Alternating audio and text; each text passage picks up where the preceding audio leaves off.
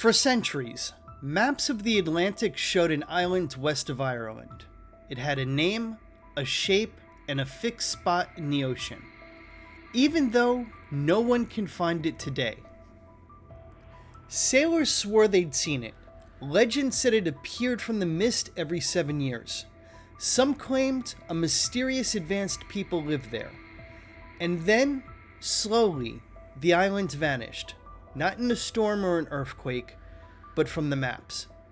Tonight we're asking a simple question with a strangely complicated answer. What happened to Hy-Brasil? Was it a real island that sank beneath the waves? A cartographer's mistake that got copied for centuries? Or folklore that escaped onto the page and pretended to be geography? Let's take a closer look at the islands that existed on paper, long after it disappeared from reality. Hy-Brasil shows up on old maps as a small island west of Ireland, usually a neat circle, sometimes even drawn as a ring with a channel through the middle. It goes by a few names: O Brazil, Hy-Brasil, Brazil, but this has nothing to do with modern Brazil in South America.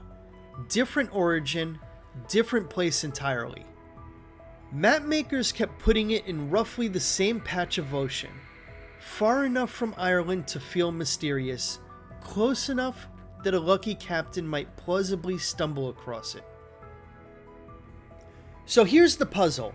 How does an island stay on maps for centuries if it isn't actually there? Long before it became a cartographic problem, Hy-Brasil was a story. In Irish tradition, it's a hidden island shrouded in mist, visible only once every 7 years. Other stories make it a kind of paradise, rich, green, peaceful, and hard to reach. Some versions say it's home to wise or otherworldly people who occasionally allow visitors, then send them away changed or blessed with knowledge. If you're a sailor hearing that in a coastal tavern, Hy-Brasil isn't just a myth, it's a possibility. Maybe you'll be the one who finds it. And if enough sailors talk about a mysterious island in the West, eventually a mapmaker gives it a place to live. By the late medieval and early Renaissance periods, Hy-Brasil appears on nautical charts of the North Atlantic. These weren't fantasy illustrations. Mapmakers blended real coastlines, older charts, rumors, and sailor reports into a single picture of the world. Once Hy-Brasil appeared on a few influential maps, it built momentum. New chart, you copy the known islands, and Hy-Brasil tags along. It's safer to keep the traditional island than erase it and risk being wrong. Over time, we also hear about supposed sightings. Some captains report a low, hazy landmass that fades back into mist. Others say they sailed towards it and found only open water. Later stories go further. Landings on a lush island, robed figures, warnings, blessings, treasures. The problem is that these accounts usually reach us second or third hand, heavily filtered through retellings. They're great stories, but when historians go looking for solid logs and precise navigational data, there isn't much. Hy-Brasil ends up in a strange middle ground. Too many stories to ignore, not enough hard evidence to treat as confirmed island. And it's not alone. Old maps are full of phantom islands: Friesland, Antilla, the Isle of Demons. They linger because surveying was slow and expensive, and huge stretches of ocean weren't checked systematically. So if a few charts showed an island and no one had carefully sailed through that exact spot with good instruments, there was no strong reason to delete it. Hy-Brasil survived on maps not because it kept being rediscovered, but because no one with authority proved it wasn't there. So is Hy-Brasil pure invention, or is there another small kernel of reality behind it? One possibility is simple misidentification.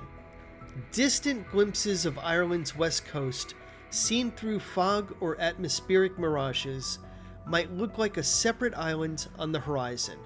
There's also the Fata Morgana effect, optical illusions that make land seem to float or break apart at sea. Another option is that sailors were spotting smaller features, rocks, banks, or low islands in the North Atlantic that look more impressive in bad weather than they do on a clear modern chart. But when modern surveys and sonar mapping went looking, they found no large missing islands in Hy-Brasil's traditional location. Nothing that matches the neat circles on those old maps. The most likely scenario is a blend. Folklore, misread coastlines, occasional mirages, and a lot of copying. By the 18th and 19th centuries, navigation had improved. Ships were crisscrossing the North Atlantic with better instruments. Surveying expeditions sailed through Hy-Brasil's supposed coordinates and found nothing. As more accurate data piled up, cartographers quietly downgraded the island. On some maps it shrinks or moves. On others, it disappears entirely. Unlike the dramatic legends, the real end of Hy-Brasil is bureaucratic.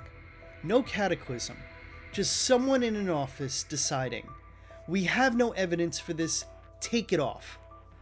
So, if Hy-Brasil had been gone from serious maps for centuries, why are we still talking about it?